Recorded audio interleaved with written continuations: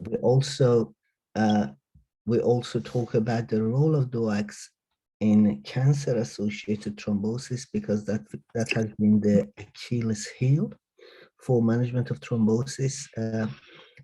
And the other element was because these drugs are prescribed as a single dose, the concern was, what does that mean to use these drugs with the same dose in patients in extremes of body weight? And there has been some concerns about whether in patients who are very heavy in terms of weight, meaning weight above 120 kilogram of weight or BMI of more than 40 kilogram per meter square, well, can we use DOACs? Or because in those scenarios, we used to use warfarin because you could measure the activity of warfarin by checking the INR, wherein with DOACs, you don't do any blood test. At the moment, you don't have any specific measurement to see how much of the drug is available in the system. And in some patients, we used to use a clexane, which is a factor Xa inhibitor, low molecular weight heparin, and that used to be given as per adjusted for weight. So without further discussion, I'm going to go and start the discussion about the thrombosis. Sorry, okay. So when we talk about thrombosis, mainly we talk about two elements. One is the clot in the deep veins in the limbs called DVT. The other one is pulmonary emboli, when is the presence of the clot in pulmonary arteries. When we talk about DVTs, mainly we talk about two components of DVT. One is the clot, which when we call it distal DVT, meaning that the clot is somewhere below the knee in the deeper veins of the calf. And the other one is proximal, wherein the clot is above the knee. And you may argue, well, it's the same veins. What's the difference? And certainly there is a difference. The main difference between the distal and proximal is the risk of recurrence. And I'll tell you further on that what's the main difference is. So the risk of recurrence is higher in the proximal DVT. Hence the reason the management and the length of treatment might be slightly different from distal DVT. For diagnosis of the clot, we have certain criteria. The one that we use called Wells criteria, wherein it looks at the pretest probability of the clot. Further to that, we have lab evaluations, including tests like D-dimer. And we have diagnostic imaging, mainly ultrasound, CT pulmonary angiogram, and ventilation perfusion scan, so-called VQ scan. Patients coming with DVT, mainly they present to the GP with symptoms including edema, pain in the leg, tenderness of the calf. It may look like that they have got warmth and erythema at thrombosis site, which in majority of cases may get confused with cellulitis.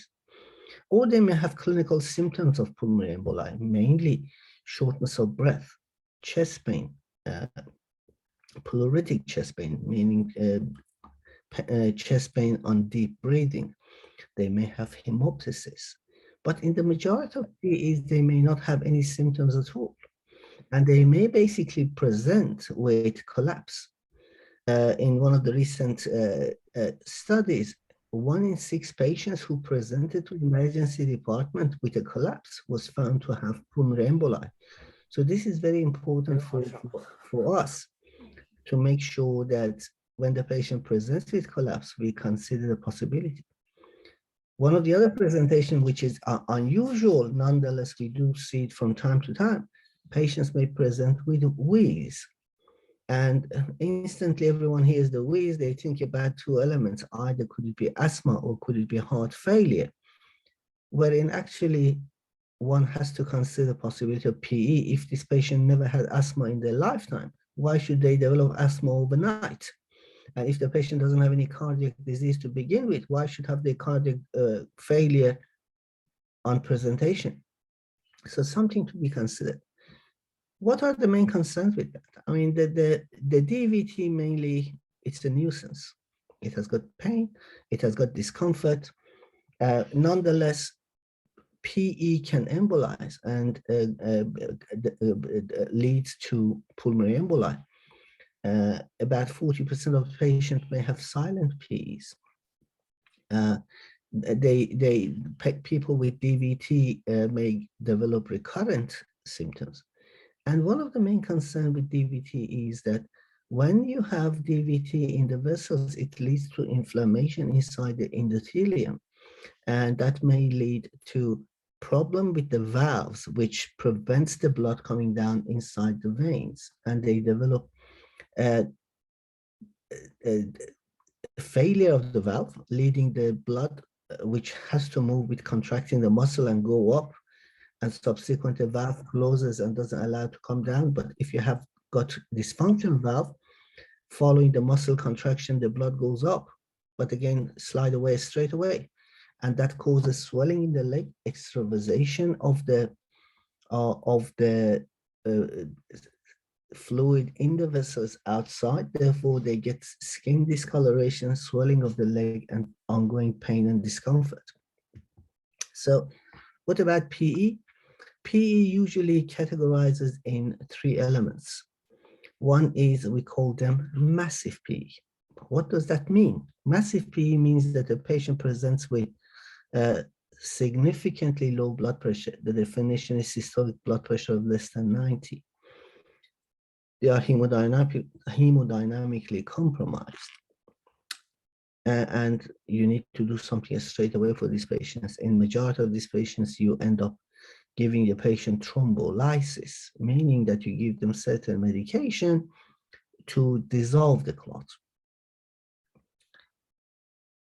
On the other hand, one may have submassive PE, meaning that the blood pressure is fine, the heart rate is okay, but when you look at the CTPA or cardiac echo, the size of the right ventricle is dilated substantially. They may also have presence of rise in the cardiac enzymes, including troponin. So, and the other one is the pulmonary emboli, that you do not have a rise in troponin, the right ventricle is not dilated, and the patient is hemodynamically stable. We call it acute embolism, and the treatment of them is slightly different. As I said, massive PE requires thrombolysis, given the compromised cardiovascular circulation, wherein with submassive PE or PE without any evidence of any of the above, you just anticoagulate them. Something to remember when we talk to the patients about anticoagulation. Anticoagulation medications, including warfarin, including low molecular weight heparin or DOACs, they do not dissolve the clot. As you would be aware, the way that Mother Nature has created us in our system, we have clotting factors, and we have natural anti-clotting factors, including protein C, including protein S, and antithrombin 3. The clotting factors reduces your clotting, the anticoagulant reduces your clotting factors and allows your natural anticoagulants to gradually dissolve the clot. Otherwise, the clexane injection, the heparin infusion, warfarin, they do not dissolve the clot. They just provide you with the grace period for your body to dissolve the clot. So again, for diagnosis, there is a pretest probability called Wells criteria that basically looked at whether do you have any other conditions that may lead to PE or not, or whether you have relevant symptoms. You do it from the laboratory perspective, you can always do a troponin, and you can always do a D dimer to establish. And we know that in the presence of the clot, the D dimer is elevated. However, D-dimer on its own, it's not the only reliable test, as in many conditions, the D-dimer may go up. Patients with high weight, the D-dimer goes up. Elderly population, the D-dimer goes up. Patients with infection and inflammation, the D-dimer goes up. If the individual is pregnant, the D-dimer goes up. Patients with trauma have elevated D-dimer, so it would be a clinical evaluation. Then, based on that, you can do imaging, including a ventilation perfusion scan or pulmonary angiogram, which is a CT-guided test. And patients with PE present with dyspnea, pleuritic pain, cough, as I mentioned before, new onset wheeze. They may come with collapse. Now, one of the main concerns with the significant PE is it leads to sudden cardiac death. What I tell to my patient is one in 5 patients die in the first month of a pulmonary diagnosis. And the other thing I tell them, that if they develop massive PE, 1 in 5 patients may not even make it to the hospital. So sudden cardiac death remains a concern. The other issue with the PE in the long term is if the PE is not resolved, then it may lead to secondary pulmonary arterial hypertension, which is a devastating outcome, leading to a gradually progressive shortness of breath, and really makes life and quality of life quite hard for the patients. They also can lead to atrial or ventricular arrhythmia. As you may know, most of the patients with PE, they may actually present with irregular heart rhythm. The most common rhythm that you see with pulmonary emboli in patients is either sinus tachycardia or atrial fibrillation. So if you have a patient with short of breath and has got new onset arrhythmia, be mindful of pulmonary emboli, because it's absolutely treatable condition. So if I can introduce you to Mr. Smith, well-groomed and quite sartorial gentleman, 56 years of age. He is a smoker and he works from home. He has a BMI of 30, so borderline between overweight and obese. And he has an index episode of unprovoked proximal DVT of the left thigh.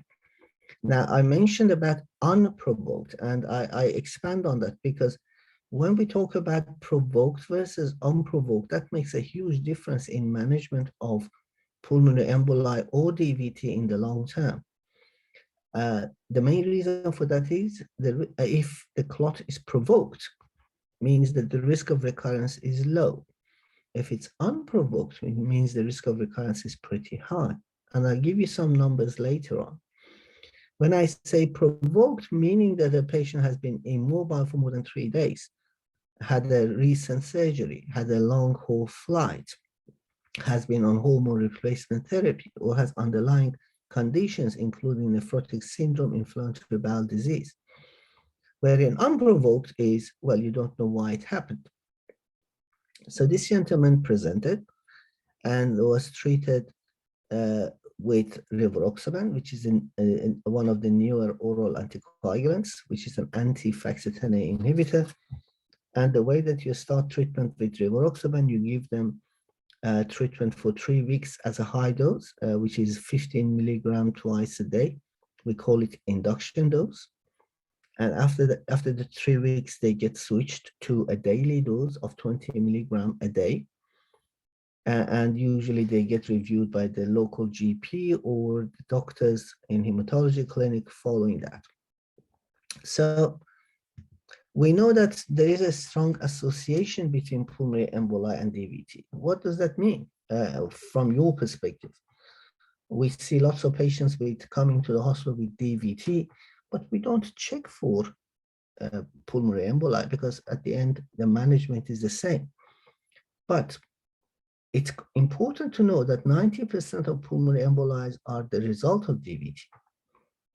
And 82% of the patients with acute PE have detectable DVT at the time PE is diagnosed. So when you diagnose with patients with PE, we usually don't go and look for DVT because the management is the same. That being said, there are certain caveats in there. For example, if someone comes with severe PE and you think this patient is quite compromised, and they also may have some contraindication to use or anticoagulants, and they may be at high risk of bleeding. In that scenarios, you look for DVT, because if the patient has a DVT and you cannot anticoagulate them, then you can use a filter. We call it inferior vena cava filter that can be inserted inside the inferior vena cava. And by doing so, you're preventing the clot moving from the leg to the lung. So even if you cannot treat the patients for PE for a short period, be it following a surgery or being in the acute bleeding setting, then you know that the risk of further development of PE is exceedingly low. The patient may have increased DVT, but he's not going to die from it. And approximately about 50% of the patients with proximal DVT have an associated PE. And in the majority of cases, they are asymptomatic. So there is no point going and fishing for it and looking for a diagnosis of PE. So is it important for the clot to go away? And what percentage of the patients do we see that the clot goes away, specifically in a pulmonary embolized setting? Because the resolution of the clot is important. Why? So when we look at the risk of recurrence, one of the main indications that the risk of recurrence is higher is if the clot hasn't completely resolved. And patients who have residual clot compared to people who do not have residual clot, the risk of recurrence for PE is twice. So that provides you with some information about where do you see in patients in 6 months or 9 months time, and whether you wish to continue anticoagulation, because in most of the patients you may have stopped anticoagulation in a short period. But at the end of the day, the ongoing treatment of these patients, it's a matter of balancing act, because you know that you give these patients anticoagulant, and that creates them at a risk of being at risk of bleeding, wherein on the other side of the coin is you try to prevent the risk of recurrence of the clot. Now with the newer oral anticoagulants, we know that the risk of bleeding is low. When you look at the risk of major bleeding or intracerebral bleeding, and when I refer to major bleeding, by definition, that would be bleeding leading to drop of 20 grams per liter of hemoglobin, or at least loss of 2 units of blood. That's quite significant. And therefore, with the DOACs, the risk of this bleeding is substantially low. The number that we're quoting currently is about 0.4% per year. I'll give you some further data on the lower dose DOACs, which the risk of bleeding is even lower. So the presence of DOACs somewhat provides us with some sort of security and peace of mind that they are not causing substantial bleed, and therefore you can concentrate on the risk of the risk reduction for recurrent clot. How long does it take for clot to go away when it comes to PE? In one of the studies that looked at Xarelto or rivaroxaban, it was a quite elegant study called Einstein PE. And when they gave them 21 days of rivaroxaban, which is the induction dose, and after 3 weeks, they repeated the relevant imaging, be it VQ or be it CTPA. 41% of the patient had complete resolution of the clot by 3 weeks. That is quite important. And in the same time, almost 47% of the patient had partial resolution of the clot. So in total, about 88% of them had either resolution or partial resolution of the clot. And in 12% of them, there was no changes. And pleasingly, none of them had worsening of the clot. So it's important for the patients to receive induction treatment with anticoagulants. So, and it also is important to realize that the clot can come back. And again, that brings us to the concept that the risk of provoked versus unprovoked clots. So when we talk about the unprovoked clot, if you stop anticoagulation, at 5 years' time, the risk of recurrence is almost 30%. The risk of recurrence is 40% in 10 years' time. So I think that gives you a good understanding about, a good understanding of the risk of recurrence in these patients. Because what's going to happen is, if you have a patient that you tell them, look, I'm going to keep you on anticoagulation, the risk of bleeding is 0.4% per year, but the risk of recurrence is about 6% per year. That is no brainer for the patient, that to realize that, well, the risk of bleeding is very low, but the risk of recurrence is very high. As such, it seems that remaining on anticoagulant is a good option. And that's the thing that I would like you to probably take as a take-home message, wherein when we look at the risk of recurrence of the clot, if you have a patient who had a provoked clot, meaning provoked by a major surgery or major trauma, the risk of recurrence is at 1 year is 1%, at 5 years is only 3%. So in these patients, you would argue that there is no significant change between the risk of bleeding on anticoagulant and the risk of recurrence of the clot. Therefore, probably this patient wouldn't be someone that I would consider for longer course of anticoagulation. So I give treatment for these patients for 3 months, and then I stop anticoagulation when they are over the 3 months period. However, you may have clot being provoked by a transient risk factors. What does that mean? I think transient risk factors is immobility, it's a long haul flight, being on hormone replacement therapy, and so on. And in these patients, the risk of recurrence is about 5% per year and 15% in 5 years' time. If someone has provoked clot with persistent risk factors, what are they? Persistent risk factors would include having, for example, active cancer, conditions like antiphospholipid syndrome, conditions like nephrotic syndrome, inflammatory bowel disease. As you can see, the risk of recurrence is exceedingly high, 45%, almost 9% per year. So these are the patients that you would argue that, well, I cannot stop the anticoagulant, I'll just press on.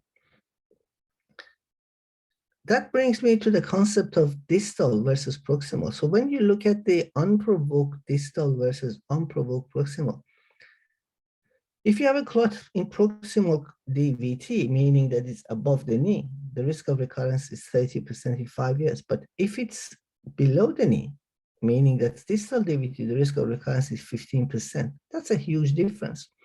And that guides you through how long you're going to treat these patients for. On the other side of the coin is, from time to time, you get patients who may have a second clot. You have given them treatment, the clot has gone away, but again, they come in with an unprovoked clot for the second time. The risk of recurrence in these patients is as high as the patient may have cancer, almost 9% per year. And these are the patients that in that cohort, this is second episode of unprovoked clot, first unprovoked DVT of proximal DVT, and patients with active cancer that you may consider long-term or so-called indefinite anticoagulation. So I alluded to surgical versus non-surgical risk, or persistent versus a persistent provoking ones. And the non-surgical ones are acute illness with immobilization for 3 days, being on hormone treatment, pregnancy, leg injuries for at least 3 days, long-haul travel. The definition of long-haul travel is more than 4 hours. And that could be for uh, air travel, but also nowadays we consider it for road trips. As far as the persistent provoking is concerned, patient may have active cancer, as I mentioned. They may have non-malignant conditions, but like inflammatory bowel disease, but these are the conditions that increase the risk of thrombosis. And antiphospholipid syndrome, a specific condition with presence of certain proteins which increases the risk of clots. And it presents in 3 ways, antiphospholipid syndrome. Either it could be thrombotic phenomenon, which could be either arterial or venous. It may have obstetric manifestation, including recurrent miscarriages. They can have intrauterine growth retardation. They may have presence of preeclampsia or eclampsia. Or they may have loss of pregnancy after 20 weeks of gestation. The third manifestation of antiphospholipid syndrome could be skin manifestation. And they may get changes within the skin and issues of poor circulation. So I think that the issue of being on anticoagulant is now so common, and the patients who are on these new anticoagulants are, the numbers are so high that every time a patient comes into the hospital, one has to make sure that if they are on new oral anticoagulants, you need to make sure that the medication is withheld. In the good old days when the patients were on warfarin, everyone was clear. They withhold the warfarin for 5 days until the warfarin is out of system. And meanwhile, while the patient is off the warfarin, they used to give them bridging with the parenteral anticoagulation. That was quite a difficult treatment requiring hospital admissions and so on. But nowadays, with the new oral anticoagulants, you just withhold them for a couple of days and they can go ahead with the procedure. That being said, the amount of days that we keep them off the anticoagulation, it's different. And there are 2 elements comes into it about how many days do you need to keep them off anticoagulation. One is the nature of the surgery. Is it a low-risk bleeding surgery or is it a high-risk bleeding surgery? What does that mean? High-risk bleeding surgery is surgery in closed spaces, like thyroid, like brain surgery.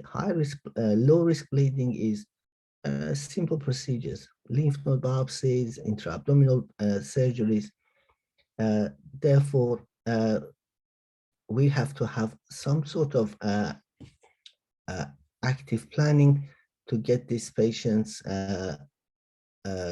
off the anticoagulant. So I'll just bring to your attention about this case. It's a 68-year-old who happens to be a physician with a history of hypertension, diabetes, and heart failure. And this gentleman has normal renal function. Well, I said gentleman, it could be lady. I don't want to be sexist here. And this patient is on apixaban, 5 milligram BD for systemic embolism, which means that this patient has atrial fibrillation, and for prevention of a stroke from atrial fibrillation, remains on apixaban 5 milligram BD. And he is due to undergo an inguinal lymph node biopsy, which by default is a low-risk bleed. And you are the doctor in the ward and you want to advise the patient how long should they withhold the medication for. So as per previous experience with warfarin, would you withhold the apixaban for 5 days and bridge them with enoxaparin, which is a subcutaneous injection? Or you may say, withhold the apixaban for 3 days and bridge with enoxaparin. Or you might say, well, just withhold the apixaban for 24 hours prior to procedure and the morning of the procedure. And I'll give you the answers later. On the other side, there is a patient who is coming with for a major surgery. It's a 65-year-old gentleman with history of hypertension, has reduced renal function, has atrial fibrillation, and is one of the new oral anticoagulants called dabigatran. Dabigatran is different in mode of action from apixaban and rivaroxaban. It's a direct thrombin inhibitor, and they can be used for treatment of prevention of stroke from atrial fibrillation. And because he's going to have a neurosurgery, the neurosurgeon advises him that he needs to have a lumbar laminectomy. So it's a neurosurgical procedure, high bleeding risk. And the question is, what would be your advice? Whether would you withhold the dabigatran for 24 hours prior to procedure and the morning of the procedure? Would you withhold the dabigatran for 5 days and bridge them with the reduced dose enoxaparin? Or you tell them, well, withhold the dabigatran for 3 days and don't use bridging therapy. So keep that in mind and just reflect on that, and then we can have a discussion when we give you more data. So the issue with the new oral anticoagulants is they are new, they are oral, and most important, they have short half-life. So dabigatran, as I mentioned, is a direct thrombin inhibitor. The dosing frequency is twice a day with a half-life of 12 to 7 hours. Elimination is mainly through the renal, 80%. And on the other hand, the direct factor Xa inhibitors, one of them called rivaroxaban is a once-a-day treatment, and the other one is apixaban, which is twice a day. The half-life is between 5 to 9 hours for rivaroxaban, and apixaban is 8 to 15 hours. They are not much reliant on kidney function. Rivaroxaban says renally excreted 66%, but about half of that is unchanged. So in essence, only 33%. And as you can see, the metabolism of them is through certain P-glycoprotein and cytochrome P groups.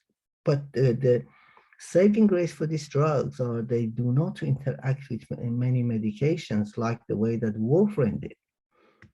So at the moment, I would say 4 groups of treatments you need to be mindful of if you use anti-TNA or DOACs. One of them that interacts substantially is anti-HIV treatment, but there are not many people on that. Patients on antifungal treatments, patients on anti-epileptic treatments, mainly phenytoin and carbamazepine. And the other one is certain antibiotics like rifampicin that we use for management of osteomyelitis or septic arthritis, which we use it for long term, and they certainly interact with these drugs. But one element is that everyone forgets is the over-the-counter medicines. There is a drug called St. John's wort. I'm sure we all heard about this. It's available over the counter.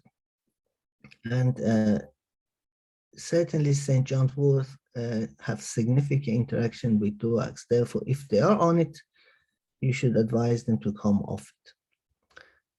The other drug that increases the risk of bleeding and is over the counter is basically fish oil. Fish oil causes platelet dysfunction. And for patients who are on anticoagulants and also they receive fish oil, there would be a significant risk of bleeding. Keep that in mind. So at the moment, we have these DOACs in Australia, Dabigatran is available for prevention of a stroke in non-valvular AF. So non-valvular atrial fibrillation, what does that mean? This is when we talk about non-valvular AF, is patient doesn't have mitral stenosis and doesn't have mechanical valve. Okay, so if the patient has mitral stenosis, mechanical valve, and they have AF, we call it valvular AF. Wherein patients who has been tried for these clinical trials, they didn't have any significant mitral stenosis, and certainly none of them had mechanical valve. And there is no role for treatment of the patients who has mechanical valve with DOACs. They are also indicated for prevention of thrombosis after orthopedic surgery, mainly hip and knee replacement surgery. Currently, the factor Xa inhibitors, rivaroxaban and apixaban, is available on Medicare for prevention of stroke in non-valvular AF. It is indicated for prevention for hip and knee replacement surgery, and it's available for treatment of acute thrombosis as well as prevention of recurrent thrombosis as we move forward. And I'll give you more data on that.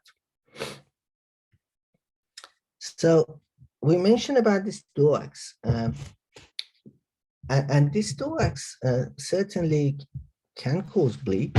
And one of the issue with this is that, well, if this patient bleed with the old devil warfarin that you know how to reverse it. You give them some FFP, you give them some prothrombin complex concentrate, and you reverse the effect of warfarin in about 15 minutes. And prothrombin complex concentrate, which we call it prothrombin X, contains 3 clotting factors: factor 2, factor 9, and factor 10. There is also a 4-factor prothrombin complex that contains 4 factor: 2, 7, 9, and 10. 4-factor PCC is more expensive. It's not available in every hospital, and usually we use them for patients with hemophilia. And patients with hemophilia usually present to hemophilia center, which is based at the Alfred. The other hospitals usually don't deal with hemophilic patients. There is also a product which called activated prothrombin complex concentrate, or they call it FIBA, meaning factor 8 inhibitor bypassing agent. Again, it has got 4-factor, and we use it in hemophilia patients. There is a product called recombinant factor 7A, which is available, but is highly expensive. Also, the main issue with the recombinant factor 7A is that it can lead to substantial risk of thrombosis, either venous thrombosis or arterial thrombosis, meaning the patient may get heart attack or stroke with this. As I mentioned before, dabigatran is cleared by kidney more than 80%. Therefore, you can dialyze this patient. But you would argue that patient is already on anticoagulant, coming with some sort of bleeding, and you want to put a vascular in the patient and put them through dialysis machine. Hypothetically feasible, but you need to run the dialysis for 5 hours to remove the amount of dabigatran from the system. So, I mean, clinically not really feasible. There are certain adjunctive hemostatic therapies, including desmopressin, or so-called DDAVP, antifibrinolytic agents like tranexamic acid, which has got a tremendous role in here. Unfortunately, FFP doesn't have FFP or fresh frozen plasma, which contains all your clotting factor. Unfortunately, no clinical studies evaluated the efficacy of the fresh frozen plasma. The most important and best news came a few years ago, wherein they found a specific antidotes. So, as I mentioned to you, dabigatran was a direct thrombin inhibitor, and they have a humanized monoclonal antibody which is currently available in Australia, and you can use it for patients who have bleeding on dabigatran. It's called idursulfase, and this comes as a injection. It has got 2 vials in a pack, and you give them 5 minutes apart, and it's takes the dabigatran out of the system. And the way that it works is dabigatran gets attached to the thrombin in your coagulation cascade, and basically inhibits your thrombin, which is one of the most important clotting factors. Idursulfase can get attached to dabigatran with a power of 300 times more than the dabigatran gets attached to thrombin, and just moves it from thrombin and gets attached to dabigatran. Therefore, your thrombin gets freed, and your coagulation cascade start to work, and dabigatran remains attached to idursulfase for 24 hours, after which the amount of your dabigatran would be substantially low in the system. We also have the availability, well, not in Australia, there is availability of a recombinant and plasma-derived factor Xa derivatives called andexanet, which does the same thing for rivaroxaban and apixaban. Nonetheless, it's too expensive. It works really well. Specifically, at the moment, FDA has approved for andexanet for neurosurgical bleeding, but a simple one injection of andexanet, it costs about $53,000. So I don't think in Australia there would be many appetites to use the drug. And in the United States, FDA approved it only to be authorized by the neurosurgeon who have the patients. Not even hematologists can prescribe it. So I don't think that would become available in Australia. In patients that we would like to reverse them, we use 4-factor prothrombin complex or activated prothrombin complex concentrate, or called FIBA, factor 8 inhibitor bypassing agent, and it works remarkably well. So, sorry, it's not moving. Okay, so I mentioned to you about the perioperative management of NOACs or DOACs, and I mentioned to you that we always talk about 2 elements. What is the bleeding risk is with the surgery? Is it low risk or is it high risk? And what is the renal function?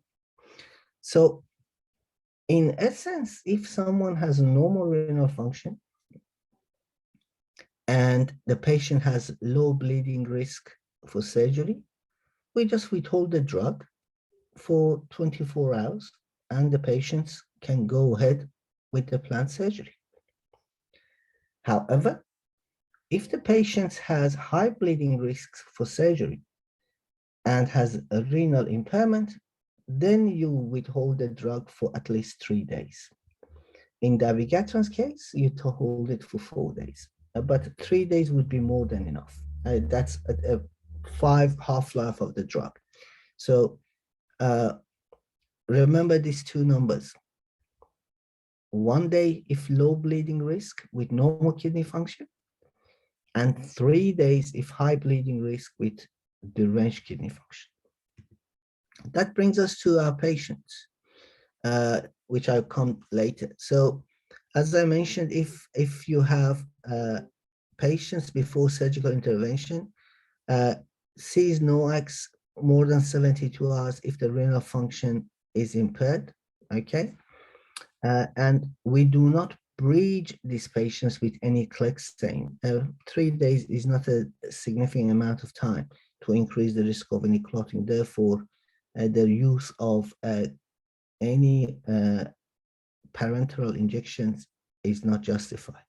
So coming back to our case, I mentioned about the 68-year-old physician who had normal renal function, and he's on apixaban for prevention of clots.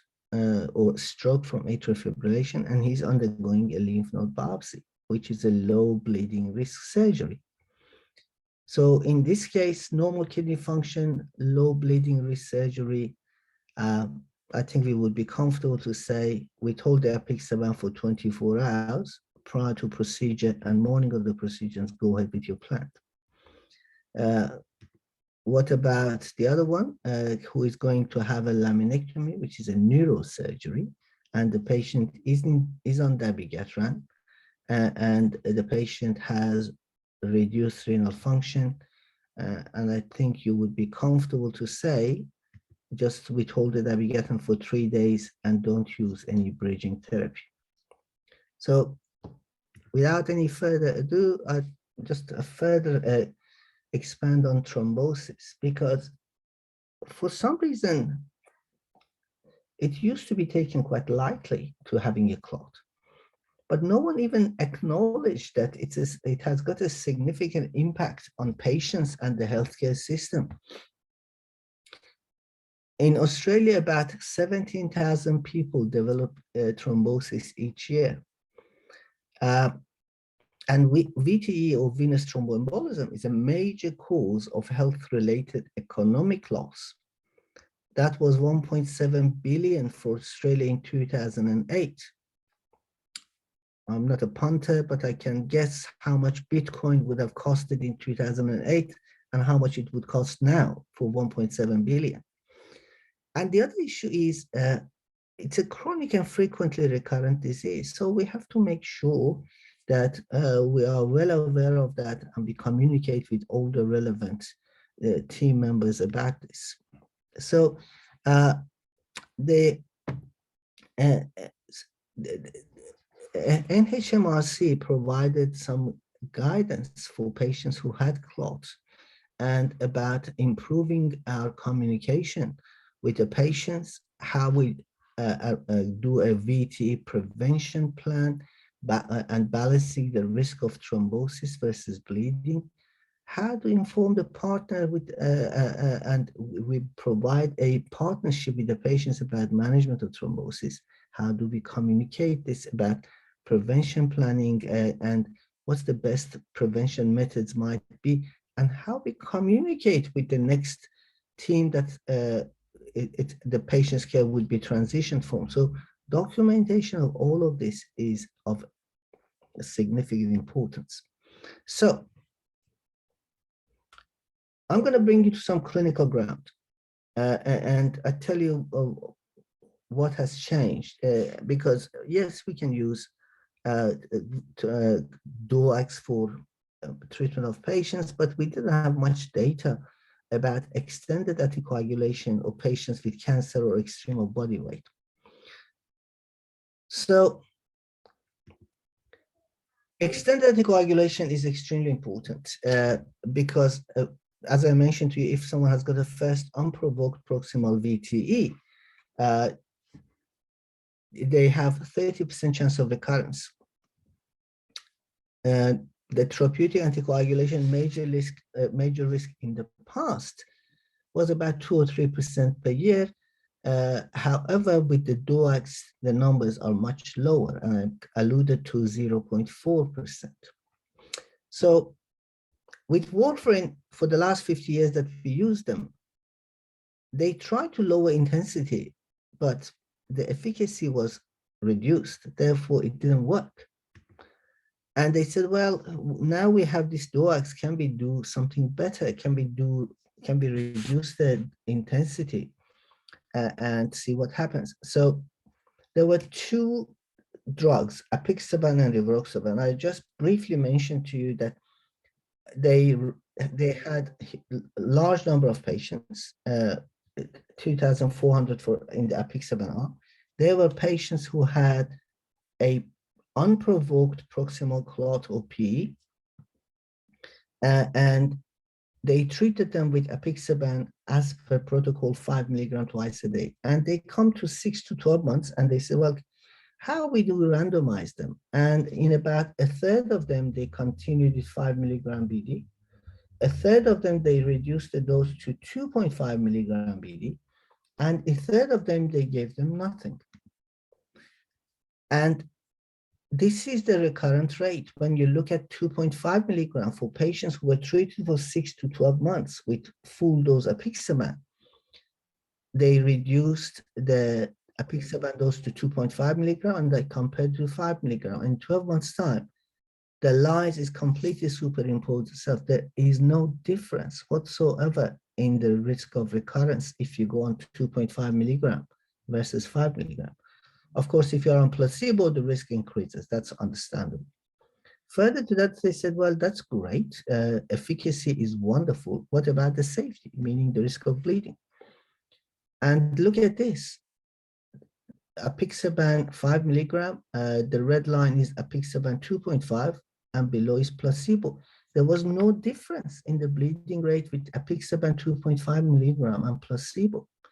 So now I don't have any reason to be concerned because I have a drug which I can use for 6 to 12 months in full dose and then reduce the dose to 2.5 milligram. And knowing that it has got the same efficacy of full dose and it's got the same safety of placebo. And patients are happy to hear that. They did the same concept with aspirin. Now, we know that there has been 2 major studies. One of them came from Australia, actually, where in patients who were receiving warfarin for anticoagulation, and when they stopped anticoagulation with warfarin, they put them on aspirin. And what they found that addition of aspirin reduces the recurrence of the clot by 30%. That was good. So in the rivaroxaban study, what they did, they said, well, we know that aspirin works in about a third of the patients. And they did the same concept. Patients with unprovoked clot, they treated them for 6 to 12 months. And at the end of 12 months, there were about 3,300 patients. They divided in 3 cohorts. And in a third, they continued with 20 milligram, which is the usual dose. In a third, they continued with 10 milligram. And in the rest, they just gave them aspirin 100 milligram. And look at the recurrence rate. 10 milligram versus 20 milligram, no difference. And look at the safety. Rivaroxaban and 20 versus rivaroxaban 10 versus aspirin, there was no significant statistical difference. As a matter of fact, 10 milligram rivaroxaban had only 0.3% rate compared to aspirin. So nothing, 0.4% risk of bleeding on rivaroxaban versus 0.3% in the aspirin group.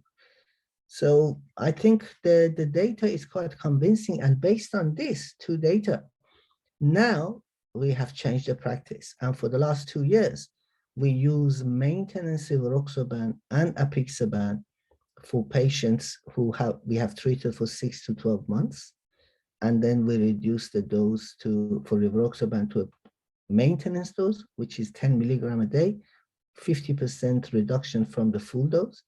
And for apixaban, we use 2.5 milligram twice a day, which is 50% reduced. And they are available through Medicare and can be applied, and the patient can receive them based on previous listing. How are we going with the time, Campbell? We're actually at time now, so okay. I might stop it here then. yeah. Might stop here, and I'm happy to have any questions.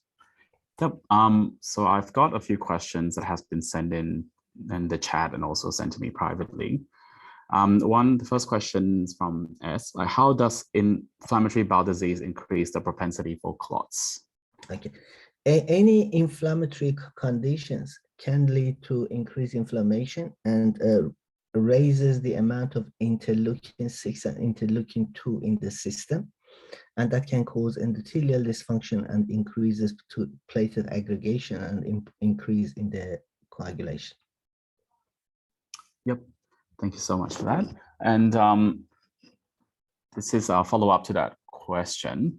how do DOACs or anticoagulants treat clot that has already been formed? Is the mechanism of clot prevention is it the mechanism prevention of clot propagation while awaiting resolution? Absolutely. Very good question. Actually, yes. The main thing is reduction in propagation and extension of the clot. As I mentioned, neither of this drug dissolve the clot, and therefore it provides you with opportunity for your natural anticoagulants, including your protein C, protein S, and antithrombin 3 to gradually dissolve the clot. Yep. And so another question is, if someone is on prophylactic anticoagulation, let's say for atrial fibrillation, and coming in with chest pain and shortness of breath, can we safely assume that PE is much lower in the differential diagnosis? Very good question. Well said. No, certainly you cannot. And there are a few caveats in there because compliance is an issue. These drugs has got a very short half-life. Okay, as I mentioned to you, the half-life is between 9 to 12 hours. And if they have forgotten to take it for 2 or 3 days, that drug is completely out of your system.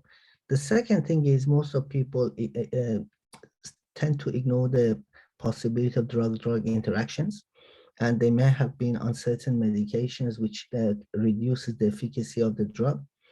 And the third is, yes, this drug reduces the risk of thrombosis and the stroke, but remember this, the effect is not 100%. The failure rate with the DOACs is very small. I think we talk about 1%. And there are certain conditions that the patients may not be aware of. For example, if someone has got antiphospholipid syndrome, but they are not aware of that, and they remain on anticoagulants for different reasons.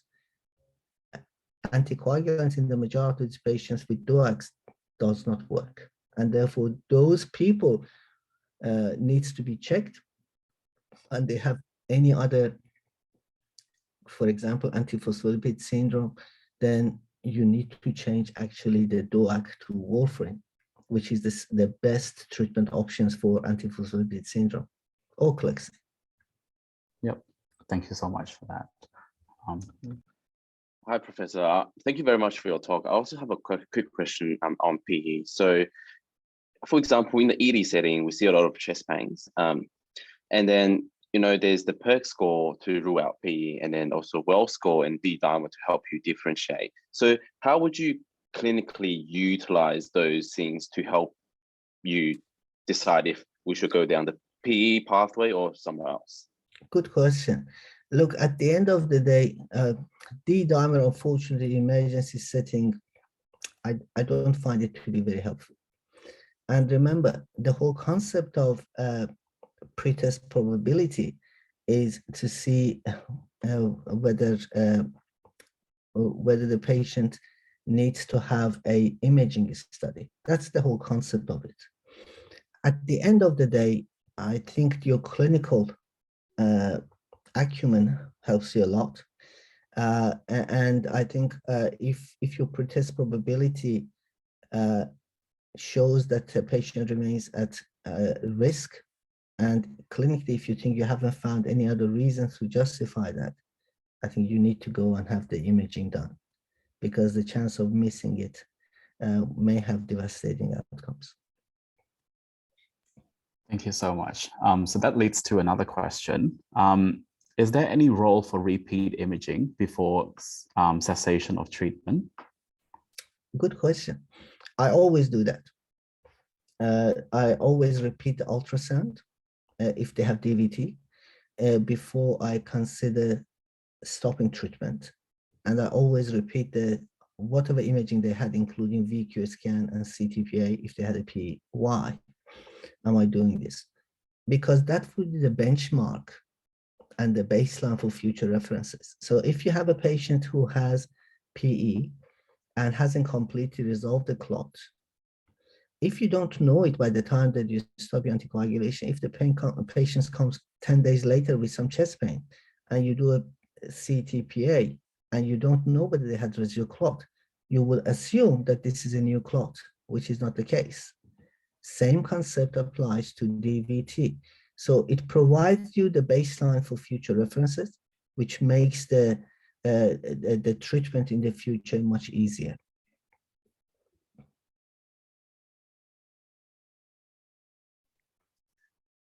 I also have another question. Sure. So it seems like DOAC has replaced warfarin in many conditions, but why can't it replace DOAC in mechanical valves replacement? Good question. Oh, sorry, why can't it replace warfarin in mechanical valves? Sure. No, I've got the question. Very important question, and thank you for that. I think the one clinical trial that they had high hopes for DOACs for management of mechanical valve, and they did a study with dabigatran for mechanical valve. Unfortunately, they had to close the trial very early on because lots of patients had bleeding problem, and therefore the study was closed, and they decided that warfarin would be a better option. I do not think that it would be ethically possible to open another DOAC for management of a mechanical valve, given the efficacy and safety of warfarin in that setting. That being said, there was a few years ago, there was a PhD student in Canada who did a very elegant PhD test, thesis, and it was a simple thing. And they said, well, which factor is it that affects the role of thrombosis in a mechanical valve? So they had established a few factor deficient plasma. So what they did, they made a plasma which is factor 11 deficient, the other one factor 10 deficient, factor 8, factor 5, and they put mechanical valve in it. And after 3 days, they removed the mechanical valves. The only mechanical valve which did not have any thrombosis on it was the one from factor 11 deficient plasma. And now that factor 11 deficiency has led the line to have a new drug. We haven't got it, hasn't been, it's just in the clinical trial setting for prevention of VTEs. And there would be some in the future, if it proceeds to management of thrombosis, that would be one that I look forward to see whether that factor 11 inhibitor drug might be the one that actually they may use for mechanical valve. But at this stage, we do not have anything else but warfarin. Okay, so you said that because using dabigatran, you got a lot, the patients are suffering from a lot of bleeding. Does that mean we're using a very high dose of dabigatran to? They had high dose of dabigatran. The usual dose is 150 milligram twice a day. In that setting, they used 220 milligram twice a day.